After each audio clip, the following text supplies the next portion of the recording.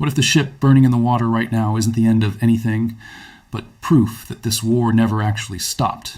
Because tonight, while you're watching this, missiles are flying over the Strait of Hormuz again. A massive vessel has been hit, and the United States has already answered with strikes of its own. Before we go further, I need 10 seconds from you. Not a favor, a fair trade. You get the full story, clear and honest. I get one tap on that like button. That's it. That's the whole deal. Now hit subscribe, because wars like this one don't wait for your algorithm to catch up. And the next strike could land before you check your phone again tomorrow. Let's get into it. To understand why a ship is burning in the Strait tonight, you have to go back to one single morning that quietly rewrote the entire map of the Middle East. February 28th. That was the day everything changed. On that morning, American and Israeli forces carried out a coordinated wave of strikes across Iran, hitting military sites, missile facilities, and command centers. Buried inside that operation was something almost nobody expected. Iran's supreme leader, Ali Khamenei, the man who had sat at the very top of the country's entire political and religious system for more than 3 decades, was killed. Think about what that actually means for a country built the way Iran is built. This isn't a president losing an election or a prime minister stepping down while the government keeps running underneath him. In Iran, the supreme leader is the final word. He sits above the military, above the courts, above foreign policy, above almost everything. Remove him suddenly, violently without warning, and you don't just lose one man. You rip out the center of an entire nation's chain of command in a single morning. Regimes built on decades of hardline power don't absorb a blow like that quietly. They respond the way they've threatened to respond for years whenever they felt cornered. Iran shut down the Strait of Hormuz. If you've never thought about why one narrow stretch of water matters to the entire planet, here's the short version. Roughly a fifth of all the oil the world uses every single day passes through that channel between Iran and Oman. At its narrowest point, it's barely more than 100 miles wide. Close it, even for a few days, and you're not just hurting Iran's neighbors. You're sending a shock straight through gas stations, airline tickets, shipping routes, and factories on every continent. This stopped being a regional story within hours. It became something the whole world was suddenly forced to pay attention to. Oil prices didn't rise gently, they spiked hard. Within days, countries thousands of miles away from the actual fighting were reporting fuel shortages. That alone tells you how tightly this one waterway is stitched into the daily life of people who have probably never even looked at a map of the Persian Gulf. Washington's answer was to hit Iran exactly where a government already reeling from internal chaos could least afford it, its economy. The United States moved to blockade Iranian oil exports, a decision that reportedly cost Tehran billions in lost revenue within a matter of weeks. For a regime that had just lost its top leadership and was scrambling to hold itself together, that kind of economic pressure landing at the same time looked almost designed to push the system toward collapse. For a while, it genuinely seemed like this could spiral into something the world hadn't seen in generations. Then, unexpectedly, diplomacy actually worked. Mediators stepped in, and by spring both sides had agreed to a ceasefire. Weeks later, that fragile truce was upgraded into a more formal understanding, a written commitment from both governments to stop fighting and start real negotiations. For a short window, the entire region exhaled. Ships began moving again. Oil started flowing at something close to a normal pace. Markets calmed down. People across the region, and honestly people watching from thousands of miles away, allowed themselves to believe the worst of this might actually be over. It wasn't. Not even close. In July, Iranian forces began striking commercial vessels inside the strait again. It started with warnings broadcast over radio channels, then warning shots across the bows of ships, then real strikes. A Cyprus-flagged container ship was hit, and a crew member was left missing. Tankers belonging to the United Arab Emirates were struck in waters that technically belonged to Oman, with casualties among the crews. Iran's justification was that these vessels ignored a shipping route Iranian forces claimed the right to control. The United States and its allies see it differently, as a calculated attempt to hold a massive share of the world's oil supply hostage. And just like that, the fragile ceasefire that so many people had pinned their hopes on came apart completely. The United States resumed strikes almost immediately, not for one night, but for several nights in a row, with American and Iranian forces exchanging fire with no clear sign of where or when it stops. So when you hear tonight that a massive ship has just been hit in the strait, and that Iranian military positions have just been struck by American forces, understand this isn't a random flare-up you can dismiss as an isolated headline. This is the next chapter of a war a lot of people assumed had quietly ended months ago. If this is the first time you're realizing how much has actually been happening beneath the surface of the headlines you've been scrolling past, stay with me, because we're only getting started. Do one small thing for me right now. Tap that subscribe button and turn on notifications. Not because I'm asking twice, but because the next update in this story could completely change what you think you understand about where this is heading, and I don't want you finding out from someone else's video. Let's talk about exactly what's been hit in these past few days, because the specific details here matter more than most casual coverage lets on. On Iran's southeastern coast, near the port city of Chabahar, there was a surveillance tower operated by Iran's Revolutionary Guard. This wasn't just some random structure sitting near the water. It functioned as Iran's eyes on the strait, part of the system Iran uses to track and target ships passing through. American forces say they destroyed it. And here's the detail that makes this particular strike stand out. Iranian state media didn't deny it happened. They confirmed the tower had been hit, and pointed out this was the third time in just over a week that structure had been struck. When both sides in a conflict this chaotic actually agree on the same basic fact, that fact becomes one of the very few things you can trust with real confidence. Separately, the United States military says it disabled another tanker heading toward Kharg Island, which happens to be the single most important oil export terminal Iran has anywhere in the country. If Iran loses its ability to move oil out through Kharg, its already damaged economy takes an even harder hit on top of everything else it's absorbing. American forces also carried out strikes on Greater Tunb Island, a small but strategically important piece of territory near the mouth of the strait that researchers have described as part of Iran's layered coastal defense. Around the same time, air defenses were activated in Tehran itself, with residents reporting explosions overnight, a sign the fighting is no longer confined only to the coastline. Iran's own account of these nights adds more detail, though a significant amount of it hasn't been independently confirmed by anyone outside Iran's own government and state media. Officials have described strikes hitting multiple locations, and Iranian forces have released footage showing drones tracking vessels through the strait, presented as proof of successful strikes on ships that allegedly ignored Iran's warnings. None of that has been verified by outside media at this point, and this is exactly where you have to slow down and be careful, because this war has produced claim after claim that didn't hold up once anyone actually looked closely. At different points, Iranian sources have claimed drones shot down, installations struck, even personnel captured, claims that were denied or quietly walked back within hours once outside reporting caught up. That doesn't mean everything coming out of Tehran right now is false. It means every unconfirmed claim deserves to be treated exactly like what it is, a claim, until real evidence backs it up. While the world stays locked on the strait and the burning ships, there's a separate part of this war that barely gets attention, and it might be one of the more quietly serious threads running through the whole conflict. In the mountains near Iraq's Kurdish region, Iranian strikes have targeted Iranian Kurdish opposition fighters based just across the border, an area that has spent this entire war trying desperately to stay out of it. This isn't a brand new front appearing out of nowhere. It's the continuation of a slower, quieter confrontation that has been running in the background this whole time, largely disconnected from whatever gets negotiated between Washington and Tehran at the diplomatic table. It's dragging exactly the kind of instability into a region that both the Iraqi government and local authorities have spent this entire war trying to avoid. It's worth remembering that this Kurdish front didn't appear out of thin air either. Reports earlier this year described a plan floated by Washington to arm and support a Kurdish uprising against Tehran, a plan that was later abandoned in public. Even after that plan disappeared from the headlines, the pressure it created never really went away. It just kept building quietly in the background, mostly ignored by anyone not paying close attention. There's also a human cost buried in all of this that deserves more than a passing mention. Iranian officials have said a U.S. strike near a hospital forced the evacuation of patients undergoing treatment, describing scenes of panic among people in the middle of active medical care. Iran's foreign ministry has publicly condemned the strike. The United States has not directly responded to that specific claim. As with everything else coming out of either government in this war, the responsible approach isn't to instantly believe it, and it isn't to dismiss it either. A claim this serious deserves real scrutiny, not silence, and it definitely doesn't deserve blind acceptance without evidence. Now let's zoom out, because there are bigger developments sitting quietly underneath everything we've covered so far, and they matter more for where this war goes next than any single night's strike count ever could. According to reporting on internal White House discussions, the administration is reportedly weighing a significantly wider offensive against Iran, one that would go far beyond the strikes we've seen so far focused mainly on the strait itself. Reports say the United States has been sending additional aerial refueling aircraft into the region, a move officials have described as preparation for a possible expansion of operations. Separately, open-source flight tracking has shown American fighter jets relocating toward bases closer to the region. Here's why the refueling detail matters more than it might sound like it does.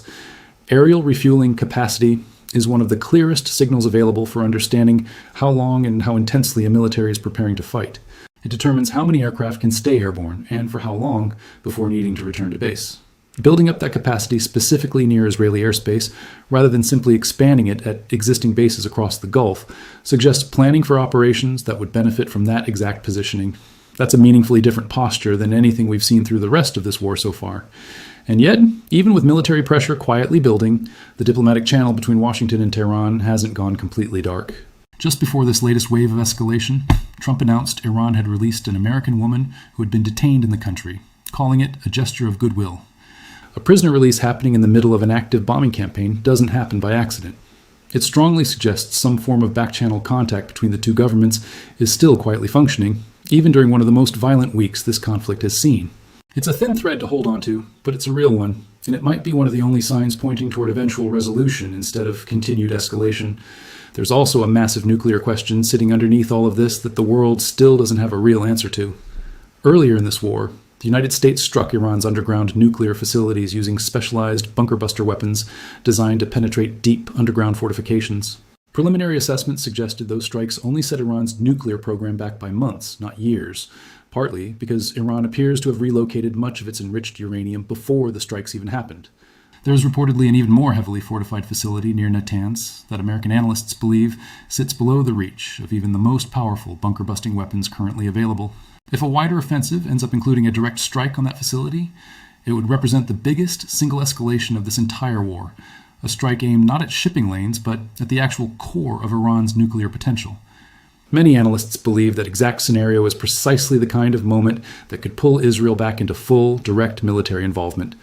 You've made it further into this story than most people scrolling past 10-second headline clips ever will. That's genuinely worth something, so let's put it to use. Drop one word in the comments, just one, the country you think gets pulled into this next. I read every single one, and I want to know what you're seeing before the next video goes up. There's also a strange detail from this past week worth mentioning, even with the right amount of caution attached to it. Unmarked aircraft with no filed flight plans were briefly tracked on open-source radar systems flying over Iran, one departing from near Tehran and disappearing toward a mountainous region. Another arriving from the coast and heading inland before vanishing from tracking entirely. Nobody has confirmed who or what was on board either flight. It would be irresponsible to draw a firm conclusion from radar blips alone. But unexplained flight activity inside a country whose top leadership is already this opaque is exactly the kind of small detail that tends to look far more significant in hindsight than it does in the moment. This war has also produced moments of pure chaos that remind you how many different militaries are now operating in the same crowded airspace at once. Earlier in the conflict, a friendly fire incident saw Allied aircraft accidentally engage other Allied aircraft in the confusion of a single night. In one of the war's most violent early weeks, a Gulf nation reported absorbing well over 100 ballistic missiles and hundreds of attack drones in a single barrage. Every one of these details is a reminder of exactly how thin the margin for error gets when this many air defense systems are firing into the same sky night after night. Israel's posture through all of this deserves real attention too. Israeli officials have said publicly that their military remains alert and ready to resume operations at any moment, warning that if they return to this fight, it will come with even greater force than the previous rounds combined. That kind of language isn't coming out of nowhere. Israel has already fought through earlier phases of this exact conflict, including a 12-day war in the middle of last year and the opening weeks of this current war back in February and March, when Israeli strikes hit targets across Iran while Iranian missiles and drones struck Israeli cities in return. A third round, if it happens, wouldn't be an untested gamble for either side. It would be the continuation of a fight both militaries have already learned from twice. There's a political dimension unfolding inside the United States, too, that shapes how much room exists to keep pushing this war forward.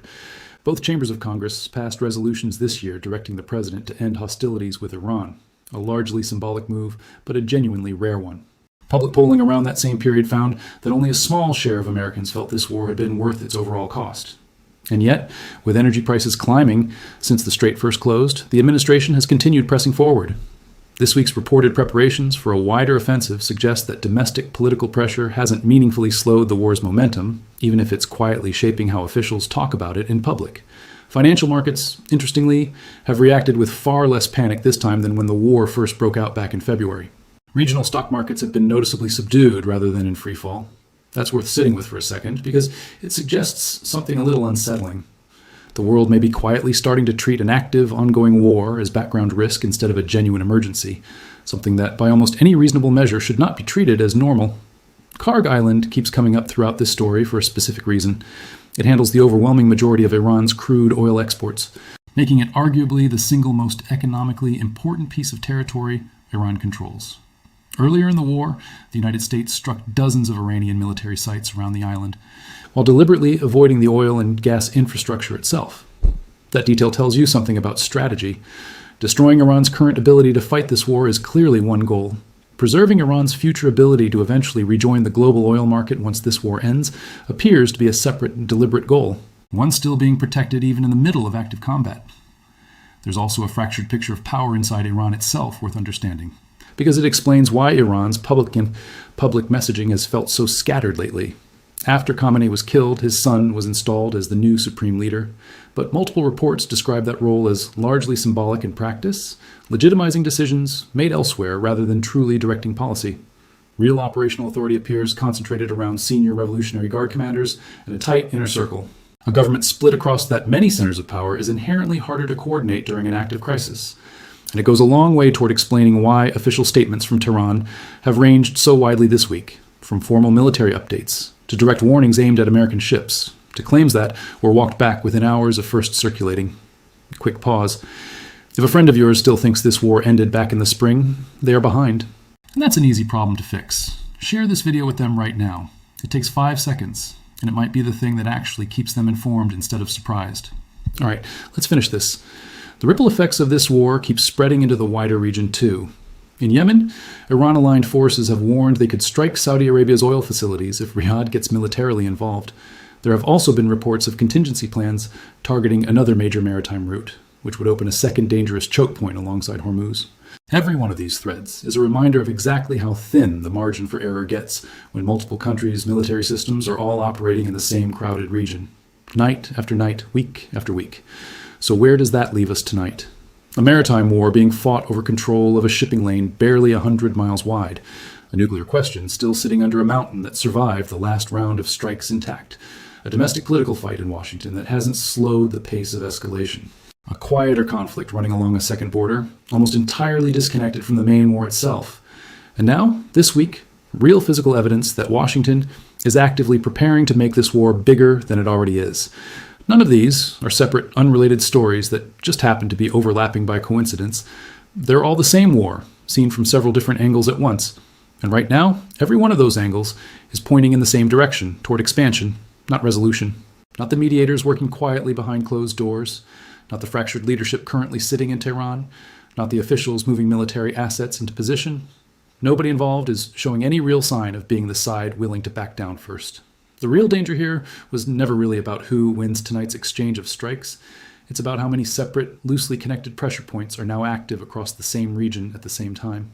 Each one fully capable of setting off a larger escalation on its own, a missile that hits the wrong target, a regional group acting on its own initiative, a threat aimed at a second major shipping route, a fortified facility neither side has fully tested the limits of yet. Any one of these, taken on its own, could still cool off with time. But watch them all happening in the same week, and they stop looking like 6 separate stories. They start looking like one system under enormous pressure, a system that something inside it is very likely going to give, and probably soon. What makes tonight feel different from the nights that came before it isn't any single strike on its own. It's the timing. For the first time since this phase of the war reignited, several of these pressure points flared up inside the same short window, almost like they were feeding off each other. A confirmed target hit for the 3rd time on the same stretch of coastline. A claim that collapsed within hours of being made. A direct warning aimed at naval forces, confirmed movement of military assets that only makes sense if a much bigger operation is being prepared. Whether this ends with both sides finally sitting down at a table they never fully walked away from, or whether it ends with a strike on the one facility nobody has touched yet, is a question this war still hasn't answered. And that's exactly why it deserves your attention now, not later, not once it's already made the front page everywhere else. If you've stayed with me this far, you already understand something most people scrolling past headline clips never will. This isn't just a story you glance at and forget. It's a system under pressure, and systems like this rarely stay quiet for long. Subscribe, keep your notifications on, and be here the moment the next piece of this falls into place. Because whatever happens next, you deserve to be one of the first people to actually understand it, not one of the last.